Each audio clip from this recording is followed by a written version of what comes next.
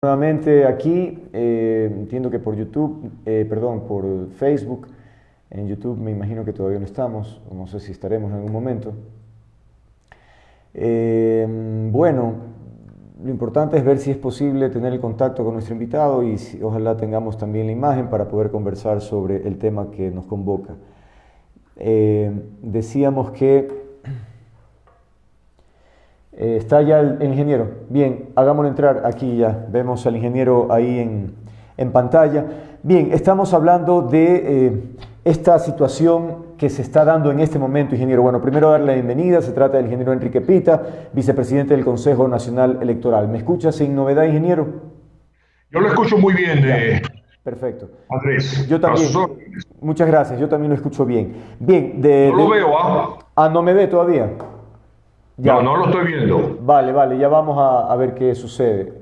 El día de hoy yo creo que es por el 6-1 de Ecuador con Colombia. Algo ha El sucedido porque internet está celebrando, así es. ha habido alguna cosa que hace un momento también me pasó algo parecido. Yo lo estoy viendo a usted, usted está al aire, está saliendo en el programa, tal vez tiene un problema que usted no me ve a mí, pero bueno, en todo caso, vamos ojalá a solucionar ese tema. Yo lo estoy, como digo, viendo sin novedad. Bien, hoy por hoy, en estas alturas, vemos algunos políticos que están haciendo su campaña o su promoción en varias plataformas digitales, en internet. Hay algunos encuentros también políticos en varias ciudades, vallas incluso. Entonces ahí uno dice, pero ¿de qué estamos hablando? Cuando el artículo 278 del Código de la Democracia, el numeral 7, dice que eso es una falta grave, es decir, que se están adelantando a hacer una promoción que no corresponde en esta etapa.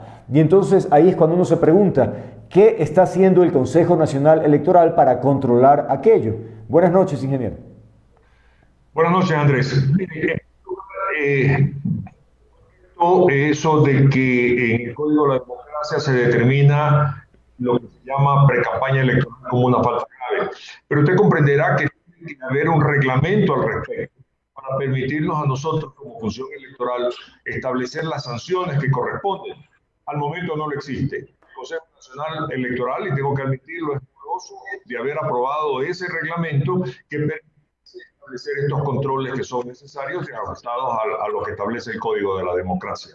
Por lo tanto, todo lo que está pasando como campaña anticipada, a mi criterio, no va a poder ser sancionada o no va a poder ser computada o cargada a los montos permitidos para la campaña electoral de las organizaciones políticas porque no hay el marco legal pertinente. Pero es realmente grave también lo que usted menciona, es decir, en este momento que haga cualquier persona lo que quiera no va a pasar nada. Bueno, mirándolo de formas como usted lo plantea, efectivamente es así, pero lamentablemente, y tengo que insistir en aquello, nosotros como Consejo Nacional Electoral, pero cuando digo nosotros no asumo la responsabilidad, porque al final del día, nosotros como pleno lo que hacemos es aprobar los reglamentos que son puestos en conocimiento oportunamente, incluso para analizarlo, y sobre esto no hay un proyecto que nos haya llegado de la autoridad competente de la institución. A ver, en el Código de la Democracia, también el artículo 208, el 208, habla que las organizaciones podrán hacer difusión de sus actividades, siempre que no haya contrato de por medio, es decir, con medio de radio, televisión, prensa, pero pueden hacer difusión. Es decir, ¿hay ambigüedad o hay vacío? ¿De qué estamos hablando, ingeniero? Bueno, yo creo que es una ambigüedad y es la forma como quisiera interpretarse, ¿verdad? Porque en algún momento dado, promocionar planteamientos de carácter general, que son los planteamientos que una organización política piensa de cómo hay que enfrentar la crisis, cuáles son las necesidades que el país requiere, cómo hay que trabajar a futuro para ir resolviendo los problemas tan acuciantes para los ecuatorianos, puede entenderse como que es una forma de transmitir la posición institucional de una organización política o de un político que represente una organización política de cómo resolver los problemas que tiene el país. En realidad, mientras no tenga usted un marco referencial, un reglamento que establezca todos los condicionamientos que nos permitan o que le permitan a quien corresponda aplicar los límites necesarios para poder controlar este tema de pre-campaña o sancionar si fuera del caso, obviamente no hay no existiendo, las organizaciones políticas y los políticos se están aprovechando. Ingeniero, ¿hay algún partido que haya reportado la apertura de una cuenta y haya señalado un responsable ante el CNE?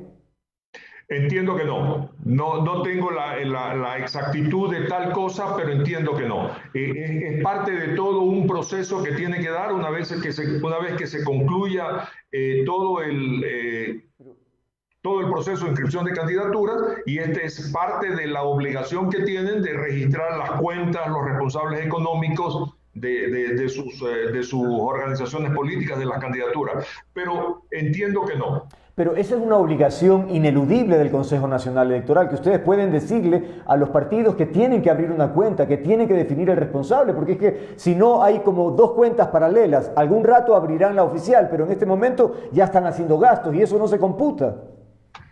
Mi estimado amigo, quiero insistirle lo que he dicho. Mientras no exista el reglamento que determine cómo se va a sancionar, obviamente, y esa es una deficiencia que la institución tiene que asumir como responsable, obviamente no hay manera de decirle qué es lo que tú puedes hacer o qué es lo que no puedes hacer.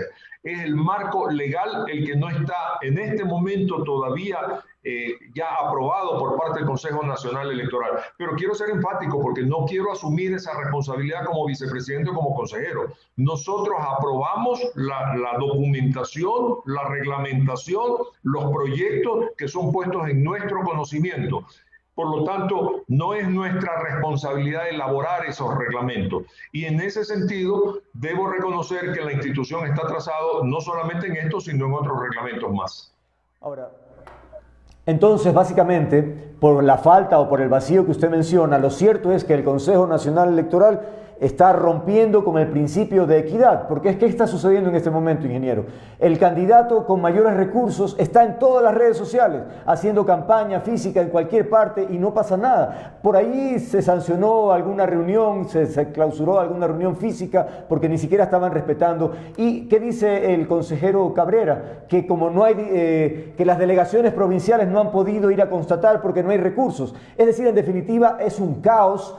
El Consejo Nacional Electoral no asume la responsabilidad y está consagrando, insisto, la equidad. Candidatos que tienen muchos recursos económicos que están siendo beneficiados en este momento. Entiendo su disgusto, mi estimado Andrés, pero quiero ser enfático en aquello. Lamentablemente, mientras no exista ese marco legal aprobado por el Pleno del Consejo, mientras no sea puesto en nuestro conocimiento. ¿Y cuál sería el procedimiento? El procedimiento es que el departamento jurídico, la dirección de asesoría jurídica de la institución, elabore un proyecto, lo ponga en conocimiento de la autoridad máxima y de sus asesores, y la autoridad máxima lo ponga en conocimiento de los diferentes consejeros y nuestros asesores, para una vez que conciliemos los términos de ese reglamento, poderlo aprobar. Pero si no se hace eso, definitivamente no existe, no hay tal referencia legal para proceder a ponerle límites a lo que usted bien dice, como que es la pre-campaña, que en algún momento dado, sí, efectivamente, es una desbalance muy grande entre políticos que tienen más recursos y que posiblemente en base a aquello pues están promocionando más que otros. Otro aspecto que tiene relación con este tema, ingeniero. Por ejemplo, hay un candidato, digamos el de UNES, que empieza en un andarivel político, luego se promociona por otro movimiento y luego en otro. Es decir, como hay ahora estos movimientos o partidos de alquiler, lo cierto es que andan de un lado para el otro. ¿A quién se le va a imputar el valor de la promoción? O por ejemplo Álvaro Noboa, adelante Ecuatoriano adelante, luego Justicia Social. En definitiva, eso queda en el limbo. No, no es así. En el caso de Arauz, del candidato Arauz, él está corriendo por Centro Democrático. Porque si bien es cierto, hubo la alianza en su momento entre Centro Democrático y la otra organización política, Fuerza Compromiso Social. cuando se determinó la inhabilitación de Fuerza Compromiso Social, se quedó Centro Democrático. Por lo tanto, toda la responsabilidad de inscribir responsable económico y de presentar cuentas y tal, va a ser por parte de Centro Democrático. En el caso de Álvaro Noboa, toda esa responsabilidad de manejo de cuentas y justificación de cuentas y respaldos pertinentes va a estar en justicia social, porque Álvaro Noboa lo que está es pegándose a esa organización política que le ha permitido o que le está dando la oportunidad a él y a porque él está invitando a gente para que lleven carpetas para nombrar los asambleístas. Me imagino que es porque esa organización política, vaya usted a saber las condiciones por las cuales le ha entregado el poder a Álvaro Noboa y a su equipo de trabajo. Recibo algunos comentarios, ¿no? Entre ellos, pero de todas maneras algo tenía yo aquí a propósito de que el artículo 211 del Código de la Democracia establece que el Consejo Nacional Electoral tiene la potestad de controlar las cuentas y los destinos de las campañas. Eso no se puede aplicar en este momento, es que da angustia que el tiempo pasa y resulta que el control será, no sé si después de 90 días, y total ya es llorar sobre mojado, porque ya el candidato ganó, ya perdió. Es decir, la idea es en este momento hacer el control, pues, ingeniero. No, señor. La norma es clara. El periodo de campaña se inicia 45 días, o sea, son 45 días de campaña. 45 días antes. Ajá.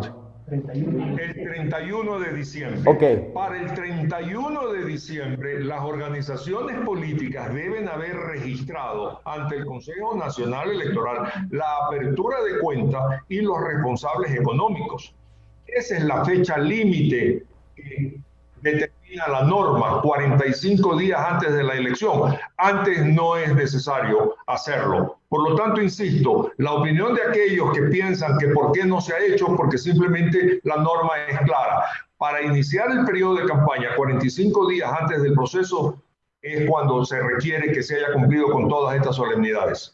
Hay quienes opinan diferente. Yo he escuchado a algunos analistas decir que al CNE le sobran facultades para implementar un control. También, por ejemplo, el artículo 213 dice que tendrá facultad para requerir información, por ejemplo, el destino de esos valores. Pero bueno, pasemos a otro detalle. El ECU 911 ha mencionado que se han producido en el país en estos últimos tiempos 30.000 eventos políticos. Y el Consejo Nacional Electoral, testigo de piedra. Escuchamos, insisto, la declaración del consejero Cabrera diciendo que las delegaciones provinciales no tienen dinero para ir a hacer la verificación. Pues entonces, esto es tierra de nadie, ingeniero.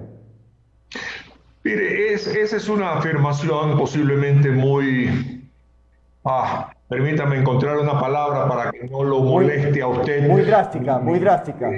Exagerada. Con mucho respeto le digo, Andrés, no es tierra de nadie. Nosotros tenemos que manejarnos dentro del marco de la ley. Y la ley en el derecho público es muy clara. Usted solo puede hacer lo que la ley determina. Y en este momento, nuestra obligación es efectivamente esperar a que comience el periodo de campaña, y mientras no haya ese reglamento al cual he hecho alusión en varias ocasiones en esta conversación que estoy teniendo con ustedes, obviamente tenemos una limitación.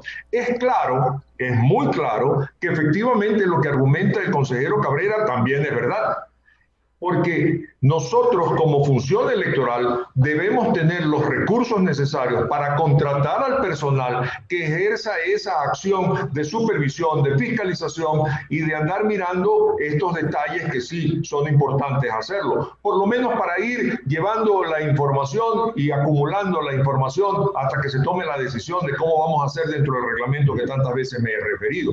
Pero sí, es verdad, tenemos un problema presupuestario que nos impide contratar el personal que se requiere para el funcionamiento normal y enfrentar este tipo de desafíos. Es que realmente resulta inverosímil, ingeniero, y por eso efectivamente he insistido tanto, porque es que no se puede creer que finalmente la ley permita todas estas irregularidades de las que estamos conversando. Pero en todo caso, en términos económicos, finalmente, ¿qué va a pasar? ¿Se van a alquilar o se van a comprar equipos para el proceso de escrutinios, por ejemplo? ¿Hay una definición en eso? Yo creo que antes de hablar específicamente del rubro compra de equipos, hablemos del presupuesto en forma general. Tenemos un conflicto en este momento como Consejo Nacional Electoral con el Ministerio de Finanzas. Un presupuesto inicialmente de 114 millones de dólares fue revisado a la baja por parte de la señora presidenta y en algún momento dado se convino con el Ministerio de Finanzas de rebajarlo, reducirlo a 83 millones de dólares, sobre la base de ciertos condicionamientos de que el Estado asumiría ciertas situaciones a efecto de poder nosotros tener un valor menor presupuestado. Pero cuando esto no se ha cumplido, como es el caso de, por ejemplo, los vehículos que nos tendrían que proveer porque necesitamos alquilar vehículos, obviamente ya hay que incrementar. Se ha incrementado el presupuesto también porque se decidió pagarle a los miembros de la Junta Receptora de Votos $10, que es muy justo. Es más, yo consideraría que lo oportuno, correcto, idóneo es pagarle lo mismo que se le pagaba antes, $20. Se ha decidido hacer el conteo rápido. Todo esto ha hecho que nosotros como función electoral estemos en un techo de 91 millones de dólares. Y ahí estamos en una pugna, porque el Ministerio de Finanzas no quiere reconocer ese valor, nos tiene controladas las partidas y mientras no tengamos la partida no podemos nosotros realizar contrataciones y gastos en términos generales presupuestarios. Dentro de ya de la pregunta, la decisión finalmente ha sido alquilar equipos, porque el comprar equipos, el licitar equipos, hacer concursos, nos ponía en un riesgo altísimo de que no tengamos los equipos a tiempo acá. Mientras que sí hay instituciones que tienen los equipos y que podemos fácilmente alquilarlos y que van a estar disponibles en las próximas semanas, una vez que se complete, por supuesto, el proceso legal de alquiler de los mismos. Otra preocupación derivada de alguna expresión del consejero Cabrera es que dice, bueno, durante el evento electoral, si hay alguna contingencia, capaz que no la vamos a poder resolver porque no hay recursos. Es decir, ¿eso es real? Es decir, ¿vamos a estar sometidos a esa posibilidad? Yo no comparto una opinión así, porque nosotros debemos prever todas las contingencias. Imagínense en un proceso electoral en el que se van a elegir las máximas autoridades. Nosotros no podemos tener contingencias que pudieran afectar el resultado, que afectar la idoneidad de un resultado, la legitimidad de un resultado, ¿verdad? Podemos tener una contingencia en un momento dado de administrativa que la tendríamos que ir supliendo de alguna manera imaginativamente, pero no podemos tener en ningún caso, y soy enfático, negrita y le pongo comillas, en ningún caso una contingencia que ponga en riesgo la legitimidad del proceso. Y esa es la discusión que estamos teniendo con Finanzas, porque al final del día, si Finanzas cree que se puede hacer un proceso con 83 millones de dólares y no con 91, bueno, que ellos lo hagan. Definitivamente, porque no vamos a poder, si no nos estamos entendiendo en ese punto. Y aquí también permítame, Andrés, decir, este no es un problema de finanzas, este es un problema del gobierno nacional. Nosotros no tenemos que estar discutiendo con subsecretarios o empleados de nivel que sea en el Ministerio de Finanzas. Es más, podemos discutir con el ministro, pero si ya no encontramos la oportunidad de consenso, ya tenemos que ir a donde el presidente de la República, porque al final del día, él es la autoridad máxima de la institución y es el que tiene que darnos las facilidades para nosotros organizar un proceso eficiente, transparente y legítimo. Entre la propuesta del CNE y del Ministerio de Finanzas hay 14 millones de diferencias. También ustedes podrían decir en qué se va a invertir esos 14 millones, por qué son indispensables. Bueno, hemos puesto una comunicación, no son 14, son 11 millones de dólares. Y por supuesto que le hemos puesto una comunicación al ministro de Finanzas, en el cual justificamos por qué nos hemos salido del presupuesto original de 83 millones de dólares. Simplemente insisto en aquello porque ya se lo mencioné, se le está reconociendo $10 a los miembros de las juntas receptoras de voto y se le está también, se ha aprobado el tema del conteo rápido, que son dos escenarios muy necesarios a considerar en un presupuesto y para la transparencia de un proceso y la eficiencia del proceso. Pero por otro lado, me obligo también a repetir aquello. Por ejemplo, se había ofrecido las instalaciones de UNASUR para una serie de actividades y eso no va a poder ser posible, por lo tanto tenemos que presupuestar el alquiler de las áreas físicas para realizar determinadas actividades y así por el estilo. Y déjeme decirle algo, nosotros hemos hecho un sacrificio en rebajarle los sueldos a nuestros empleados en las categorías salariales del personal a contratar. Y eso nos pone en un grave aprieto porque conseguir personas con la capacidad, la experiencia, técnicos que se requieren, por ejemplo, en el área informática, es una complicación. Pero aún así estamos trabajando, estamos haciendo nuestro mejor esfuerzo. Pero insisto, no se trata de discutir centavos más, centavos menos. No estamos organizando una fiesta en la cual usted puede hacer sacrificios respecto al buffet, al número de invitados o la música. No, no. Estamos organizando una fiesta electoral cívica donde cada voto es importante considerarlo. El doctor Carlos Aguinaga, expresidente del Tribunal Supremo Electoral, decía que por el tema de dinero, de darle pues estos $10 o $20, en su momento él lo que logró hacer es que los estudiantes obtuvieran algún tipo de beneficio, por ejemplo un día de asueto o por ejemplo alguna bonificación dentro de sus estudios, es decir, se ahorraba ese dinero físico dándole algún tipo de beneficio a los estudiantes. ¿No se podría considerar algo así? Mi estimado amigo, yo he vivido vinculado a la función electoral son muchos años. Y eso de darle a los empleados a días de asueto o darles puntos a los estudiantes nunca ha funcionado. No ha funcionado porque simplemente a nivel de estudiantes universitarios tendría usted que reformar la ley de educación para permitirse que en un momento dado un profesor le regale puntos a un estudiante solamente y el detrimento de unos que sí estudian y que no fueron ese día a ser miembros de las juntas receptoras de votos. Esas son... En algún momento dado se ha establecido, es verdad, pero al final del día no han funcionado. Dos inquietudes puntuales y finales. ¿El correísmo se ha tomado el CNE, ingeniero? No, no se ha tomado el CNE. Aun cuando existen de alguna manera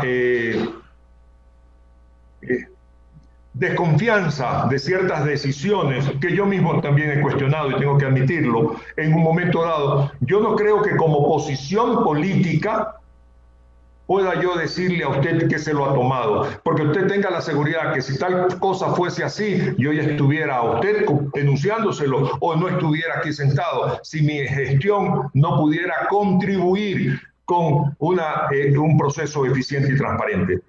¿Sabe usted cuándo el Consejo Nacional Electoral va a cancelar los valores pendientes a muchos medios de comunicación que tienen atrasado, creo que desde el proceso anterior, y que complica la existencia incluso de muchos medios? Yo entiendo que hay ya un acuerdo del gobierno nacional y quiero ser también aquí en este punto muy claro. Este no es una responsabilidad del Consejo Nacional Electoral, es una responsabilidad del gobierno nacional, porque la Constitución y el Código de la Democracia dice que el gobierno tiene que asumir o asume los costos de la publicidad de los candidatos en lo que se llama promoción electoral. De lo que yo entiendo, ya hay un acuerdo entre los representantes de los comunicadores de las diferentes ramas con el gobierno nacional para efecto de que antes de que inicie la campaña electoral, en el cual obviamente ustedes, medios, van a tener que participar en la promoción electoral, pero si no les han pagado, obviamente va a haber una resistencia. Yo entiendo que ya hay un acuerdo entre el gobierno y el gremio de comunicadores para que esto quede antes de que se inicie la campaña electoral resuelto. El ingeniero Enrique Pita, muchas gracias, vicepresidente del Consejo Nacional Electoral, en esta conversación tratando de esclarecer algunas cosas, complicada la situación, el panorama. Hay muchos temas que se quedan en carpeta sin duda y no será la última vez que estamos aquí estrenando casa, pues ingeniero. Este es un nuevo espacio en el que tengo, así que ya espero tenerlo. ¿Nunca me vio entonces, ingeniero? Bueno, espero verlo porque no lo veo. Usted sí me ha visto, pero yo no lo he visto a usted, sí. Así que espero que en la próxima vez podamos vernos. Pero siempre será un placer compartir con usted estos momentos. Igualmente, ingeniero. Muchas gracias por haber aceptado esta conversación. Bien, qué lástima hemos tenido ese inconveniente. Bueno, ha habido algunos aspectos que se han complicado el día de hoy, pero en todo caso logramos conversar fluidamente con el ingeniero Enrique Pita. A propósito, es realmente increíble, ¿no? Es que es increíble que por esta ambigüedad o vacío legal finalmente en este momento entonces los políticos pueden hacer lo que les dé la gana. Punto, lo que les dé la gana. No hay control, no tienen que abrir una cuenta, no tienen que reportar aquí sobre los ingresos. Es decir, viva la fiesta. El ingeniero Pita me calificó de exagerado, pero básicamente es eso. No hay ninguna preocupación entonces por luego decir, bueno, usted gastó tanto, entonces le vamos a imputar a la campaña tanto. No, simplemente en este momento gastan lo que sea y cuando empiece la campaña formal, pues bueno, empezarán de cero. Así sí, pues no, sobre todo para los candidatos que tienen mucho dinero, pues es una maravilla. Hay una inequidad para hacer su promoción. Bien.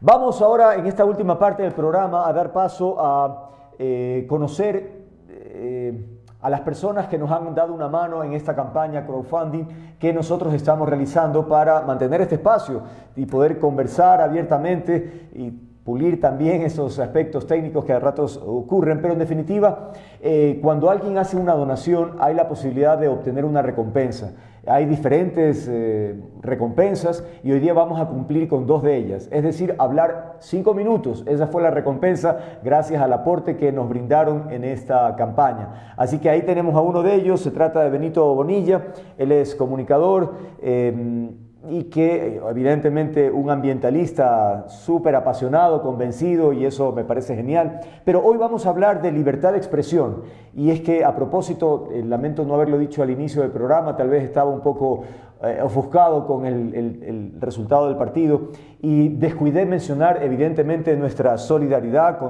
con una conocida periodista, Alondra Santiago, que ha sufrido una grave agresión a través de redes sociales. Pero bueno, será Benito quien nos comparta este tema. Gracias por estar aquí, Benito, y empecemos a conversar. ¿Cuál es tu posición frente a este tema? Bienvenido. Hola Andrés, buenas tardes. Siempre es un gusto poder compartir este espacio con vos, poder conversar con la gente que nos sigue en el programa. Felicitaciones nuevamente por mantenerse al aire. Gracias. Es una buena noticia que el Mono López siga al aire, ¿no? Y es para la gente que puede hacerlo un gusto poder ayudar y colaborar. Gracias. A ver, en relación a lo que ocurrió con Alondra, creo que es necesaria una reflexión un poco más estructurada sobre lo que ocurre con los periodistas y los comunicadores en el Ecuador y en general en América Latina. Más o menos, la Comisión Interamericana de Derechos Humanos, para la gente que nos sigue, y la Corte Interamericana de Derechos Humanos son parte integral de un sistema latinoamericano o regional, digamos, que se llama Sistema Interamericano de Derechos Humanos. Y ya en 1999 la Comisión Interamericana se pronunció sobre un caso que ocurrió en México, se llama el caso Héctor Félix Miranda versus México, en el que señalaba básicamente que las autoridades tienen el deber de garantizar la protección a los periodistas para que se pueda ejercer plenamente el derecho a la libertad de expresión. Y en un caso un poco más reciente, la Corte Interamericana de Derechos Humanos mencionó en un caso que se llama el caso Vélez Restrepo versus Colombia, que el ejercicio periodístico solo puede efectuarse libremente cuando las personas que lo realizan no son víctimas de amenaza ni de agresión. Estoy citando las declaraciones del abogado Juan Pablo Albán, que es parte de la red de periodistas libres, de la cual es parte también Alondra Santiago. Lo que pudimos ver en los últimos días fue una clara agresión y amenaza del abogado Abdalá Bucaram, conocido por toda la sociedad, él y su familia, por todas las, en mi criterio, trafalías que han realizado en las últimas décadas contra el Estado ecuatoriano, el erario y, digamos, la dignidad del pueblo ecuatoriano, sobre una investigación que Alondra realizó en torno a la historia de esa familia. Y sin mencionar los epítetos que el abogado Bucaram dijo en su cuenta de Twitter, lo que sí hizo fue evidentemente agredir a una periodista por el ejercicio de su trabajo y por la investigación que ella estaba llevando adelante. Este tipo de agresiones no pueden pasar. Es impensable, digamos, que en la sociedad contemporánea en la que nos encontramos, los comunicadores, los periodistas y en general la sociedad tenga que enfrentar este tipo de violencia por el ejercicio de su trabajo. Porque, digamos, un periodista no solamente, o una periodista en este caso, no solamente se enfrenta con la agresión, digamos, de la autoridad o de la figura pública que se pronuncia, sino que también lo que hace es, frente a la amenaza, probablemente prefiere el silencio, y eso afecta a la ciudadanía, por supuesto, porque lo que hace es perder una voz que genera opinión, que genera información, y a nosotros como ciudadanos, para nosotros como ciudadanos es muy grave, pues, perder ese tipo de voces y de pronunciamientos, ¿no? Tal vez lo bueno es que la gente tiene identificada esta situación, es decir, por cierto, porque claro, muchos Bucaram son gente honesta, está bien, ¿no? Pero claro, ciertamente. Para no estigmatizar a todos los Bucaram, que sin duda tiene que haber, hay gente de letras, hay gente buena, pero claro, estamos hablando de un político y su familia que efectivamente involucrado durante muchos años en episodios de corrupción, en episodios de violencia. Recordamos también el tema de Teleamazonas, también involucrado para tratar de presionar y que no se investigue casos de los Bucaram. Es realmente deleznable lo que está sucediendo, pero creo que la gente lo tiene identificado, ¿no?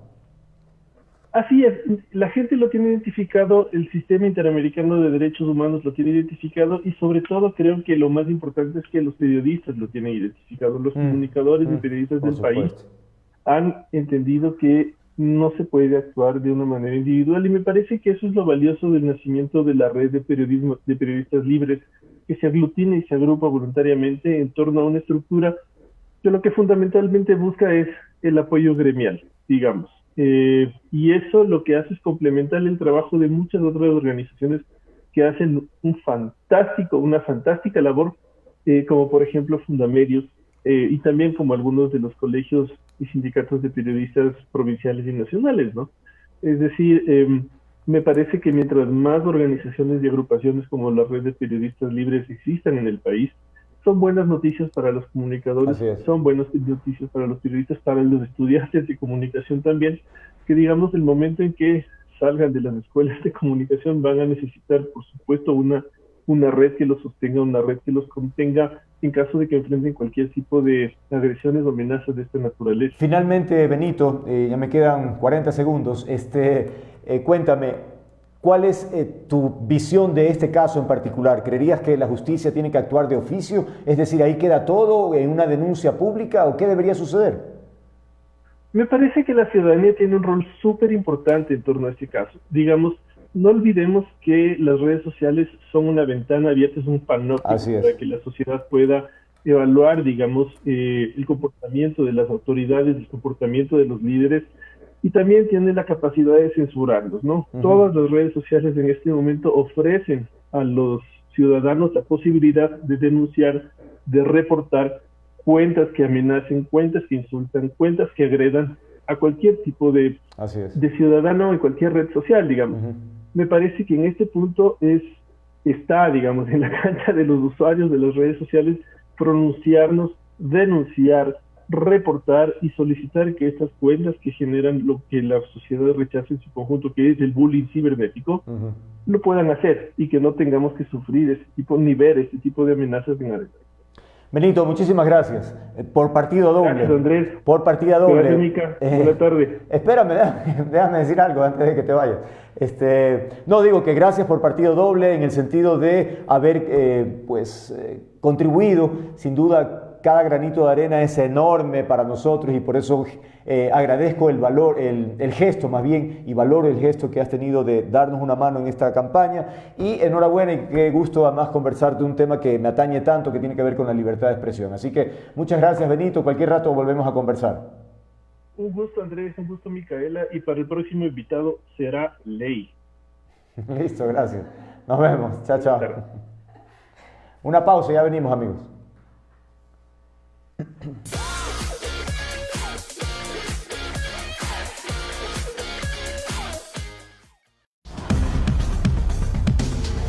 Le regalaron 22 puntos, dice el doctor Páez, en definitiva. Bueno, el doctor Páez puede decir muchas cosas. ¿Qué hace el secretario de Inteligencia? El general no puede hacerlo, la ministra sí. Eso, bien. Ya viste, hace años yo...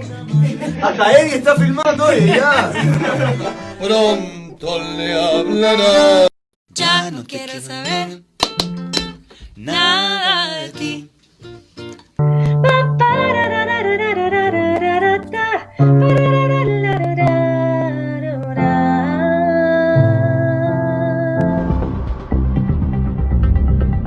No hay casualidad que sea pariente mío. ¿Es un pariente, un abogado? Te quiero contar una cosa loca, una cosa buena que vine aprendiendo desde mi tierra, que es bien pequeña, de gente linda, de gente buena, con alma de guerra. En ese periodismo creemos, independiente e integral. Si tú compartes esos principios, ingresa a este link y haz efectiva tu solidaridad. Gracias.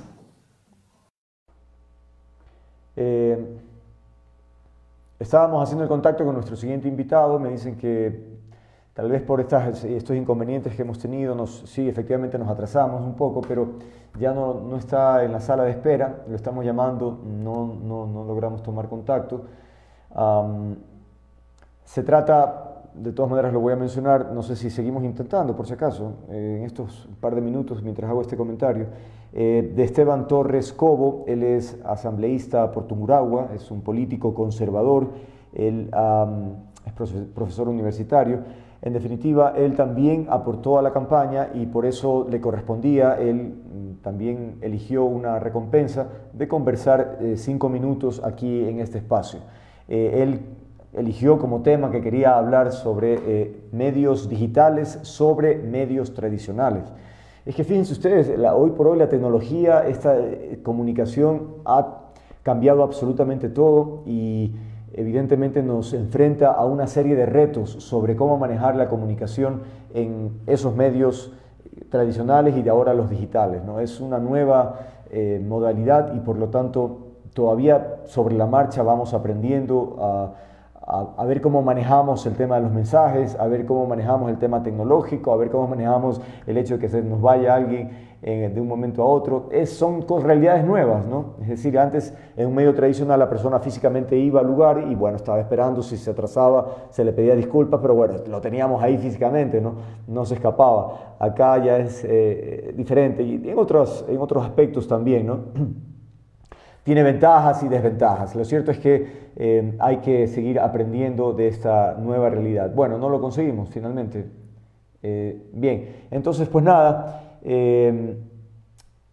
aquí concluimos este espacio. No sé si nos queda una pausa o ya no, ninguna. Lamentar de todas maneras no nos ha salido como normalmente hacemos este espacio. Procuramos mantenerlo una transmisión limpia, una transmisión de calidad tecnológicamente, en audio y en video. En fin, hoy día hemos tenido algunos inconvenientes, confiamos en que eso no va a ocurrir con frecuencia. Y pues nada, a disfrutar. 6-1 no ocurre todos los días, la selección se pasó, realmente nos ha dado un alegrón y creo que merecen esta súper felicitación, y porque se nota un equipo consolidado a pesar del poco tiempo. Eso es lo que sorprende, ¿eh? Un equipo de mucha personalidad. Esta combinación, ya lo he mencionado, entre juventud y experiencia también está funcionando muy bien y parece que el técnico está logrando algo que no parecía posible, ¿no? Que haya una identidad. Poco a poco la va adquiriendo y eso es importantísimo para lo que significa las aspiraciones de Ecuador de cara al próximo Mundial. Bien, dicho eso, amigas, amigos, es tiempo de despedir, pero recuerden, me encanta lo que hago, disfruto interactuar con ustedes. Si quieren encontrarme, aquí estoy y estaré comprometido con el periodismo, con las ideas, con los afectos. Un apapacho, los espero siempre. Chao, chao.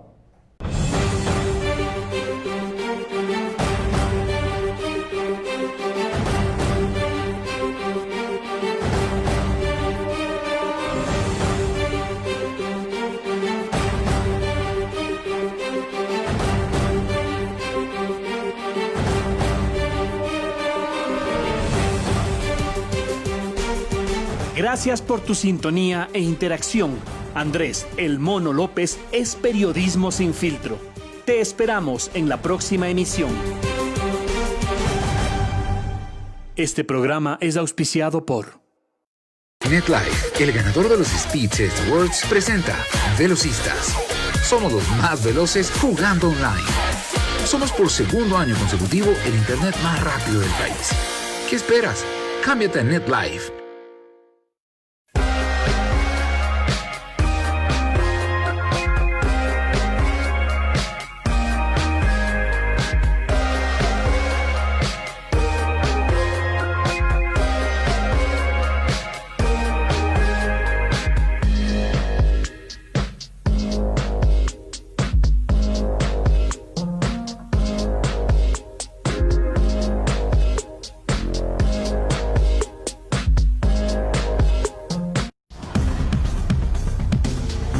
Le regalaron 22 puntos, dice el doctor Páez, en definitiva. Bueno, el doctor Páez puede decir muchas cosas. ¿Qué hace el secretario de Inteligencia? El general no puede hacerlo, la ministra sí. Eso, bien, bien. Ya viste, hace años yo...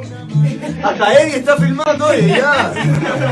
Pronto le hablará de amor. Todos los días sigo leyendo tus mensajes de WhatsApp.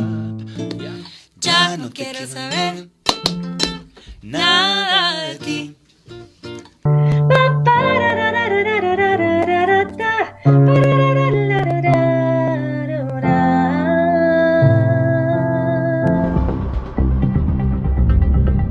No hay un grado de consanguinidad que sea pariente mío. Es un pariente, un abogado. Te quiero contar una cosa loca, una cosa buena que vine aprendiendo desde mi tierra, que es bien pequeña, de gente linda, de gente buena, con alma de guerra. En ese periodismo creemos, independiente e integral. Si tú compartes esos principios, ingresa a este link y haz efectiva tu solidaridad.